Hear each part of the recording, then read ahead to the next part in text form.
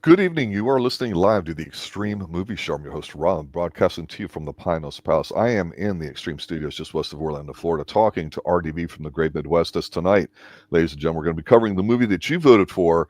And of course, it's a sequel. It's one in a long line of films, The Inspector Wears Skirts, Part 2. Do, Technically, as the French would say, too. And do might be the way some people might think of this film, but I got to tell you, RDV, I had never seen this film. I know no. we did the first one. It was a lot of fun.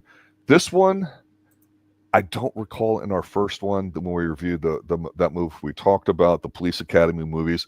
I could not help but think this is a female version of that because this is really almost, I hate to say it, it's different than the first one. hmm And I get it doesn't have Cynthia Rothrock about, so I'm not going to mark it off for that. There's some stuff in here I like about it, but understand everybody, this film is different, and I've heard 3 and 4 are massively different too. I'm sure we're going to be reviewing those as well here too. But I'm curious. I really preferred the first one over this one. This one Well, is a bit of a tough watch for certain reasons. this is exactly the same as the first one with less action. Yes, So if you're going into this expecting something differently, you're going to be disappointed because this is like focuses so much on comedy and romance, mainly because there's 4 new recruits, and we have Amy from the first one. She knows she's the instigator for all the pranks and stuff in this. yep, So when she and the actress is really great because she's really well playing like the butt of the joke and all. Sandra, Ning Kangwon Yu, she's very good at this, and of course all the girls in here too. So we get 4 new recruits. One of them is the famous model actress of the Hong Kong sex symbol back in the 80s, early 90s, is Amy Yip, she's right on the cover right there. That's why she put her in the dress. yes. She is the one of the new recruits who basically cares all about her looks and doesn't care about her, dying. And what's great about her character in this, and it's a character she plays in pretty much all our movies, that they purposely make jokes about reference to her having busty implants because she has implants. Shocker, yeah, back in the 80s. Implants were Yeah, not really that big in the but 80s. They were there, no, but no, this was a little unusual. It's it was more noticeable. 89, 90s. Yeah, this is when it came out, 89. Yep. And so they make references to her, jokes about her breasts, deprecating, whatever we call it, uh, and then honestly, it's they always it's famous about her movies is that they always talk about, but you never get to see them. Yep. Like they all the camera angles are It's always a cut off. tease. Tease. That's what she's known. She's yeah. It's called the Yip tease, as they call it. But overall, like I kind of felt like like Sibelle Hu up there up top giving the deadpan face. That's how I felt through most of the movie because if you're looking for action, and honestly, I want action. A lot of these movies, um, this is a Jackie Chan crew, so they know they can perform. They do well. The last 10 minutes is when they actually all the teams get together, the guys again, and they go against terrorists. There's a little about Island, it's led by Jeffrey Falcon. Shocker, the same bad guy from the last one, the blonde guy. Just recycle them. You recycle him coming in, and the 2 inspectors and the chiefs and all they get kidnapped, and so there's another fight scene and all that stuff, and it's just recycled. It's based what it is. I kind of agree with some of the people saying this movie is kind of a 4 out of a 10, and that's not bad if you're going in it looking not looking for action. But I've always been known more as the action guy, you know. But like I said, the comedy's there. It just needs more balance of action, and that's what sucks about this. But we also have another late actor in here too, as part of the Jackie Chan crew, John Ladowski. You're like, okay, who's this guy? Well, John Ladowski was actually the referee in Kickboxer. Yeah, Oh, yeah, nice. yes. Nice little crossover action there. So you're getting, and sadly he passed away in 2016, at age 66. But overall, like I said, this movie felt long, mainly because it does feel long, and it's dragged out with some of the. It's kind of like a sense battle of the sexes. The girls compete. You got girls competing against the other new girls. They're gonna haze them, but then they join together, going against these other guys. The guys are trying to perv on them, and you're like, okay, what's the point of this? Because it goes on for about an hour and a half. That's the great way to sum up this movie. What's the point of this? Yeah. So, like I said, it's an okay movie. Watched it in an HD print I found on Daily Motion, with English subtitles. But overall, I honestly, the last 10 minutes, well, actually, the last 6 minutes is when you get a fight scene. Yep. And they could have made that much longer, like they did in the first movie, but they decided to chop it short. I don't know why, but I guess early on you get this scene with the one dude that they get him tied up because he's making a snarky comment, and so she's like threatening him with a gun, trying to it's a dream sequence. She's trying to shoot him in his balls, and she misses. Then she's the RPG, and of course the momentum knocks over, and the guy's laughing, and it's like, okay, it's going to be one of those kind of films. Okay, I'm fine with that. Yeah. And then you get the two teams when they're in a training, right? They're in the cafeteria and all that, and it's such a bare bones cafeteria. Oh my god, it's like a backlot or something. They have a fight, and I'm like, okay, we get some stuff in here, a big bunch of cats going at it and everything, and then it's I'd forgotten because I was marking out for this, and I'm wondering if it was there.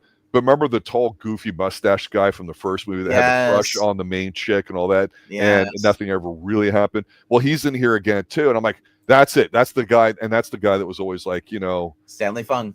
Yeah, he remember American Pie with Mrs. Stifler, and then you had the skinny little poet dude, or I think banged her. Yeah. It's one of those things where like you wanted to see that happen, like in the second or third one as a side thing, like it became a thing that it wasn't. I was rooting for him to kind of like, get it up, but they use him as kind of like comedy bait here. And again, my whole thing at the beginning is if you're an American and you'd watch the Police Academy movies, you watch the first one, you're like, okay, it is what it is. Mm-hmm. Then you realize there's a franchise like 6 of them out there, and you're like, really? Yeah, the quality. But they're made so cheaply, and people and people wanted that kind of comedy. And here's the thing about this movie that does work. You mentioned 4 new recruits, right? Yes. So you never know if that mix is going to work. I thought they all worked well together. I thought the chemistry was there. I just really wanted a lot more action. I wanted that to appeal to the male audience. Yeah. I think their intention here was to do more of the female type comedy that would appeal more to the female audience out there. And that's why they included some of the romantic kind of stuff, whatever it is they could in their version of it. So I think that analysis is spot on what you had to say about it, because it's definitely there. But that in no way would reflect on the first movie or the third or the fourth. You do not have to watch these in order, in my opinion. Yeah, I guess, I don't know. I mean, I guess we watched the first 2. I wasn't aware there was even more after this, because after this I was just like, okay, I could have watched other movies. Why do you guys vote for this? You know what? It doesn't matter why. It matters that they did, right? So yes. And we're the ones who put it on there. Well, because we like the first one. It's strong. So hey, what is the sequel going to win? First one was decent, but it only was saved by the action for me. I mean, but it was comedy.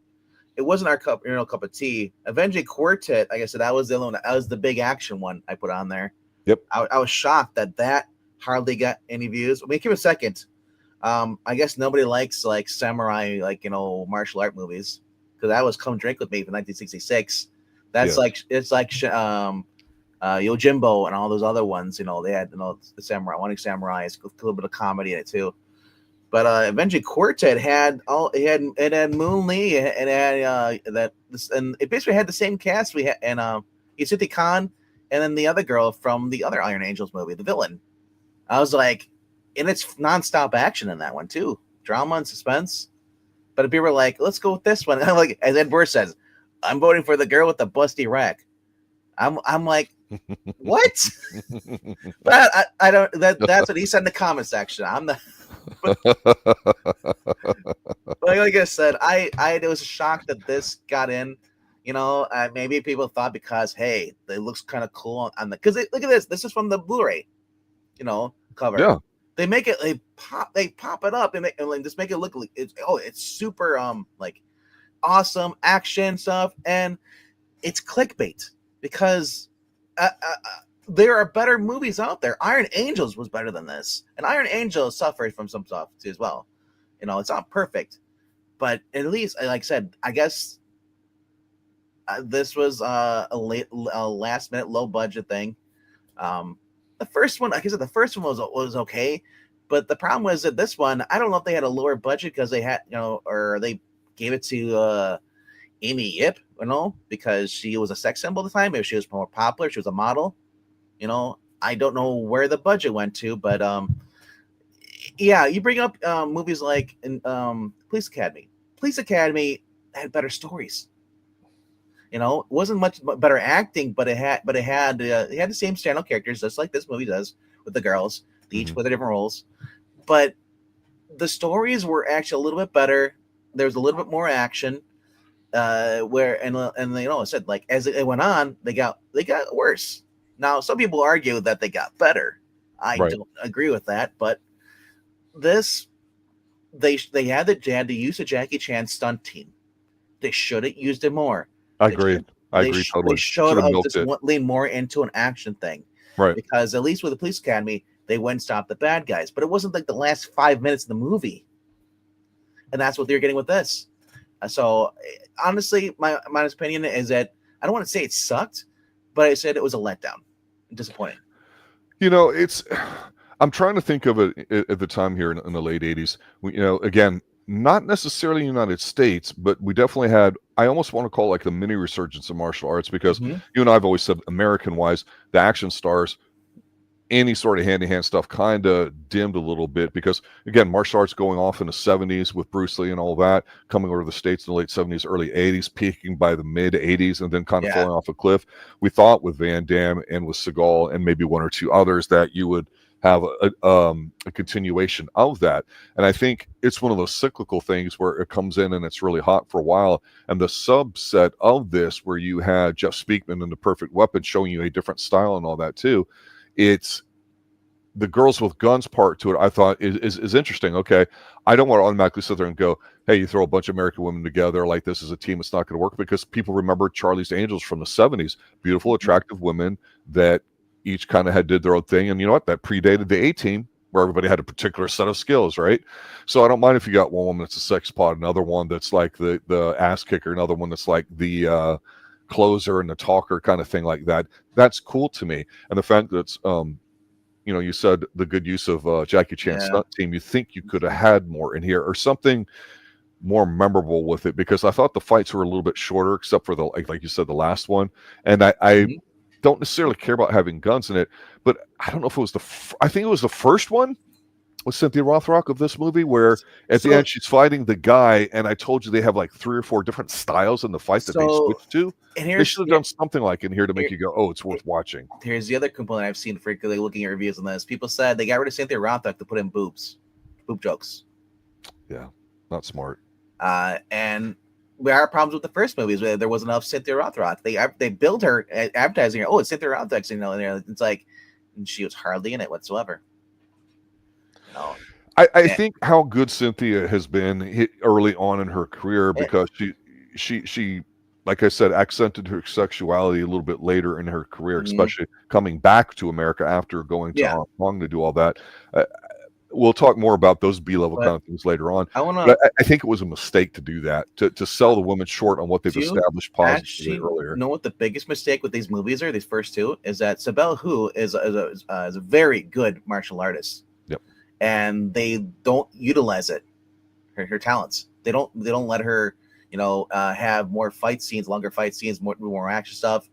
She's just known as the stubborn commander who gets even with the ones who try to trick her.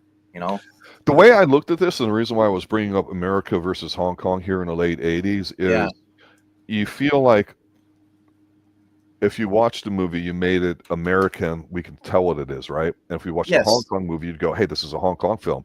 And we say they can't be like each other. I felt like the Hong Kong version, this is one of the first times I really felt it in my bones, even though I feel like I'm a novice when it comes to their culture, is that they tried to Americanize this type of film rather than keep it true to what they were. So Hong Kong action was a lot better than some of the American comedies. And that's the thing. It's like they're separate for a reason, because we like them. We like Hong Kong for the martial arts action comedy stuff. This was just comedy. With the little bit of martial arts. It's like, where are you going with this? No, you don't try to be with Porky's. Don't try to be that stuff. I don't want that. It's like a low budget Porky's in any sense, without the nudity and all that stuff. Yeah, and like I said, like Sibelle, I said to him, who she could when she's on there towards the end of this movie and she's fighting against Jeffrey Falcon. They're both black belt martial artists and stuff, and the fact that they just don't let them actually like do more. Jeffrey Falcon, does he look kind of a chump, kind of face, he looks punchable. But you know what? He plays when he starts fighting, you're like, holy crap! You forget about that. Exactly. It's like you got Bill from Alex Winters and starts doing martial arts, and you're like, whoa, let's do more of this, less talking, and yeah, and unfortunately, that's the problem with this movie is that they don't rely on the Jackie Chan's stunt crews as much. There's some stunts in here, but like not a lot. And I don't know because Jackie Chan's like, well, I need these guys more for my movies, and this is like what's leftover time they can do for this. I don't know. But it's a very low budget, very low quality commitment, or I guess poor storytelling. So I looked at these other guys. There's the two writers for this movie, and yeah, they didn't do much better with other movies. But this is one of those produced Jackie Chan stuff, starring Jackie Chan's basically his stunt crew, and trying to build up Sibelle who honestly could have just done much better on her own in an action movie. Her and Cynthia Khan, like Madam Young, they didn't do this style, but I guess this was their idea of like, hey, let's do an American style movie, and let's because I'm trying to. When did Police Academy come out? Right 80. around this time, late '80s, mid to late 80s. Yeah. So I would say, I mean, it's not a bad movie, but also if I'll let you know for those who are not, if you're gonna go in and watch this, remember when they had Transformers came out, Michael Bay one? You're at Blockbuster, yeah, it's when Blockbuster was still around. You go on the shelf and like, what's this? The knockoff version of Transformers. You're like, why would I want to watch this? That's kind of what this was to me. This is the knockoff Police Academy. I'm wondering, like, I just recently watched this weekend a movie with Josh Hartnett in it called Fight or Flight. And what is he's like an ops guy and he's a martial artist, and the action is really good. It's graphic and all that, but they play it kind of like goofy in a way. And I don't know if I like it, because a part of me goes, man, if they made this a little bit more serious, we might be like, holy shit, this is great. Like because goofy, like in Transporter, like in the original first one, when there's okay, I'm one of the better films I've seen in the past few years, I think, seriously, is a movie called Upgrade that has some interesting action sequences in there. Never seen it. I know. I did, I think, a solo review on that. If not, I should do it again. But it's a phenomenal movie. Check it out. But there's some action scenes in there because a guy puts a chip in his neck because he's paralyzed, and he allows the AI to take over his body. And so all of a sudden he's a martial artist, and he's looking like, hey, his facial expressions while he's doing the moves, like, man, I'm doing this. My body's doing this. I can't believe this. It's really disgusting. So situational comedy, right? It's not him just doing one-liners and stuff. Exactly. And the fight or flight thing with Josh Hartnett is there's a ton of action, even if some of it's kind of goofy or over the top, but they leaned into it really well, where, he's a guy that goes onto a plane. His job is, hey, we'll give you your life back if you can bring this person in on this plane. The problem is there's a couple people who are trying to kill this person on the plane, and we don't know what he looks like because he's the ghost. Okay. So you got to figure it out. And so then the tables get turned on him, and everybody gets the hit put out on him. Because I want to watch it too. It's well, no, but all I'm simply saying is it's not any deeper than that. It's pretty straightforward, but they give you enough. It's like going to a buffet. You might be like, man, I got to pay a lot to get in, but then when you see everything on the menu, you're going to sample everything, right? Yep. This movie doesn't do that. You got Jackie Chan stunt team, for fuck's sake. Do something in the first 5 minutes, for God's sake. I'm looking up with women or what? I don't care. You know what? If you're going to be sexist and goofy, have them, doing bikini shots or whatever like that, trying stuff on, shopping, whatever the Hong Kong equivalent of that would be based off their standards and practices. Let them get into a big fight in the shopping mall. Right? I'm serious. It would have been better off than the daydreaming crap you have. Yeah, driving trucks. Well, Chuck Norris, remember that in the Invasion USA, they're driving the trucks, busting through the glass, driving through, and like do a Canon classic. Canon unlike a lot of these movies, Canon understood that. Like, let's do a little bit of action here and stuff here, but we'll have a little bit of comedy, but we're not going to be just like this. Yeah, I said this almost. I don't know who this is written for. This is written for women. I guess. I don't know. I don't. It's hard to tell because they throw up like Amy Yip in there, who's the twisted track men. And the men on here, on the Peel Squad, that's like in the first one, are dopes. So I'm guessing it was meant to prop up women. It's hard to tell, but and when it comes to Sibelle Hu, she's been in better movies. So I honestly I don't understand why this was made. I guess it was just a paycheck for her, but yeah. I mean, I'm looking here. She's got a long list of movies she's done. She's also done movies into 2018 stuff. Mm-hmm. She's also an actress, and a singer and all stuff, So, but yeah, I'm going to compare it to a movie from about 10 years ago that's got Jason Statham in it, and it's got somebody who, and I'm being serious when I say this, I actually think has a little bit of talent, and that's Melissa McCarthy. And they did that spy movie or whatever it is, where it's kind of goofy and have the female sidekick with him and all that. We're supposed to take him serious. And I've told you, I prefer him doing the loner kind of stuff like The Mechanic, even though that's a Bronson remake. Those kinds of films. And he can do whatever the hell he wants. He's worth $1 gazillion, and he does do whatever he wants. So more power to you. But I don't need you in The Meg. I don't need you in Spy. Give me something else, Jason. So she was known for doing all the action movies, Sibelle Hu. Then she started doing movies like this, and then same year as this, she did Devil Hunters, was another movie. She ended up burning herself. Yeah. Explosion stunt during the filming of that. So I think we might have to check out Devil Hunters because that sounds like it's a lot more exciting because it has explosion in there. Yeah. Well, it's interesting. Like I say, we put this up for a vote. We do like a theme to it or something like that. And we were doing the Girls with Guns and all that. We'll probably switch it to something else next week. But look, it's nice to be able to sit there and go, okay, maybe this wasn't for me compared to the first one. But I'm in no way not going to watch the third one at some point. I definitely will keep going with it. And you know what? I will say this, as bad as it could be or taste-wise might not match up for somebody, I miss when a movie like this comes out because you know what it's supposed to be. Girls with Guns, action, and we've really enjoyed the majority of them up to this point. This one's near the bottom for me in the group that we so far covered. I'm just being honest. I'm sure there's more that we'll cover. Hopefully they'll be better. But it does kind of remind you, though, doesn't it, of just how small of a window this is popular from the mid to late 80s to maybe early 90s, and then it just goes away. We don't even have anything like that now, which is kind of sad, really. I mean. Yeah, like I said, I'm looking at her movies now. She's got a lot more action movies than and then for whatever reason she did these couple movies. I guess maybe she just wanted an easy paycheck. Maybe I'm wrong, but I'll throw this out to you. What if you had these 5 women all dressed up, all kind of sexy dressed up, or maybe they're dressed in a uniform after hours, after training. Give them a training montage at the beginning. Make it kind of sexy, make it kind of goofy, whatever. Have them walk into a bar. I don't care if it's a karaoke bar that they have, really popular. Have them do the male counterpart of they get into a bar fight with all the women there. Something. Well, yeah. Have the women give them something like that at the beginning.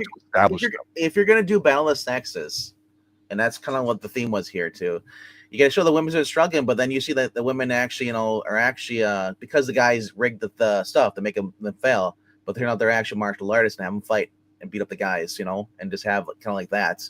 And so you have kind of like Lucy Liu. Lucy Liu is built up, even she's not really a martial artist. I'm not that I'm aware of. Maybe she is, but they always build her up as being like the action chick because she's she's whatever. So it's a stereotype her. But I mean, you literally could do that and have like the girls, being like, get 3 or 4 of them that actually are martial artists, put them in there with other guys who are martial artists, have them begrudgingly have to force a team up and fight bad guys, and have the bad guy and have the whole fight scene in the last 20 to 30 minutes. I don't care. At least give me something more than 5 minutes of just fighting. And that's probably the biggest problem with this movie is that a lot of people are going in this movie are like, okay, well, maybe this will have some action stuff at the end. And as you get closer to time, you're like, wait, there's only like 10 minutes left. Where's the action? And like I said, it could have been so much better. Yeah. But it just felt like, a Lifetime movie with comedy. It's this is one of my last comparisons I'll make to the 80s because I think some people might be familiar with the Nightmare on Elm Street franchise. Mm-hmm. So Freddy starts off as a very psychological kind of story and what's going on with it, and it is Yeah. kind of terrifying. It's an interesting idea with dreams and all that stuff too, and so there's something interesting about that. But of course, it devolved into the character of him whacking a lot of people, and it became that. So sometimes you could do something and you shift because of the tone at the time or whatever, and maybe this is fell victim to being that. I don't really know, and probably all it has to do is throw in a model with big boobs in there and go, okay, well, let's make it a boob movie. If you're going to do it, make it a boob movie and make it big. Just don't put it in there and say it is, and then we don't really get anything out of it, because then you're not really doing what you're supposed to be. It's insulting to me to see how wonderful all these women and all these movies we've seen do such a great job, and to have this not be a good representation of. That's what upsets me the most. Not because it's not the great of the movie, it didn't work for me, but because it's like, you can do better, and here you chose not to. Even the mat scene where they're fighting the guys, we already had that. I don't need to see that again. Give me that situation, but give me a different fight or a different situation. Don't give me the exact same. It looked like the exact same outfits, blue mat and gym, wherever they're at. Hey, we'll just use the same gym again. No one will notice. Yeah, I did. Yeah. Final thoughts? Final thoughts. I'm glad that we actually watched, because honestly, I was wondering, if this was be better than the first one. Because a lot of times sequels are not as good. And now you know. And knowing now we know. Yes, the more you know. Sorry. But shout out to those people who are actually been watching this live with us. Shout out to Desert Rose and Jay Lucian. Thank you for showing up and watching this live, and the other two people who are watching. Well, I know I'm one of them. Maybe you are too. I don't know. But honestly, like I said, I don't. That's one rule we have on this channel, is that we try not to bash films, because it might be someone else. Maybe someone else likes it. It just feels like I don't like doing negative reviews. It just feels horrible after a while, because when you're like, yeah, that sucked, and then you just have a bad day the rest of your day. Like, I don't want to be negative, but I'm not gonna shill for this movie either. I'm gonna keep it real and tell you that would I watch this again? No, I would not. And I'm glad that I didn't pay $30 for a Blu-ray of this, because I would have chucked that thing out so fast the window on the freeway. Yeah. But overall, next, the best part of the movie is Sibelle Hu fighting and Amy Express.